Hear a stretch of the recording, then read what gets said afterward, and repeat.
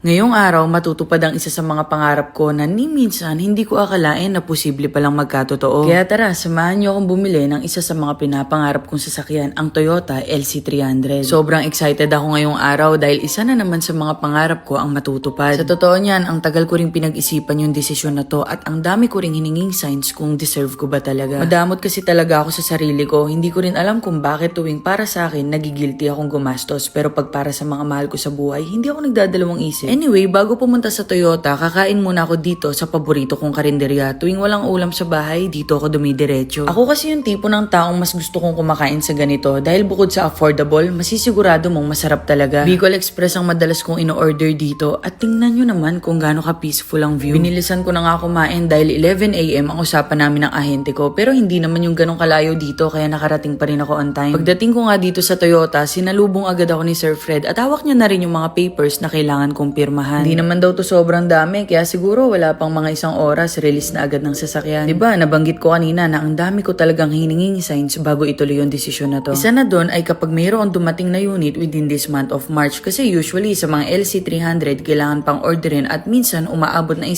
hanggang 3 buwan. This time mukhang para sa akin talaga to dahil wala pang 1 linggo after ko mag-inquire meron agad naging available na unit na same sa hinahanap ko. Kung nakaraang taon lang nandito rin ako sa Toyota pero hindi para sa LC300 kundi para dito sa Yaris Cross na hindi rin naman napa sa akin. Mas pinili ko kasi yung Honda Civic that time at dahil sedan yun, minsan nakakatakot dahil sa mga mababakong daan, naisip ko na kailangan ko talaga ng SUV. Nalilito pa nga ako nung una kung LC250 ba kukunin ko o LC300 pero wala mas nangibabaw pa rin talagang LC300 sa puso ko. Grabe nga yung kilig na nararamdaman ko nung inabot na sa akin ni Sir yung susi na para bang nananaginip lang ako kasi pangarap ko lang talaga to dati. Alam niyo yung tipo na tuwing may makikita akong LC300 sa daan, pinipicturean ko, binivdeohan ko at pag chinek niyo yung ilan sa mga repost ko sa TikTok, puro tungkol sa LC300. Nagsimula na rin pala si Sir na i-demo sa akin yung sasakyan at dito muna kami nag-start sa bandang likod. Parang recap na nga lang yung nangyayari kasi kadalasan tuwing gabi nanonood talaga ako ng mga reviews tungkol sa auto na to. Nung nakaraang linggo pa nandito yung unit sa kasa, sadyang ngayon lang talaga ako nagkaroon ng libreng oras para i-pick up dahil sobrang na-busy talaga ako lately. Patangu-tangu lang ako habang ini-explain sa akin ni Sir yung mga nasa harap pero nung mga oras na yan, parang wala na ako naririnig at naiintindihan. Mas nangingibabaw kasi sa akin yung feeling ng excitement and saya kasi para sa akin, ito na talaga yung peak ng dream cars ko. Maraming salamat nga pala sa ahente ko na si Sir Fred dahil sobrang smooth and bilis lang na naging transaction namin upon releasing the unit. Isa rin sa matagal kong pinag-isipan kung ano ba talagang ipapangalan ko dito sa LC ko. Ipapakilala ko na siya sa inyo. Siya nga pala si 3D, may 2026 Toyota Land Cruiser 300 ZX. Ewan ko kung ako lang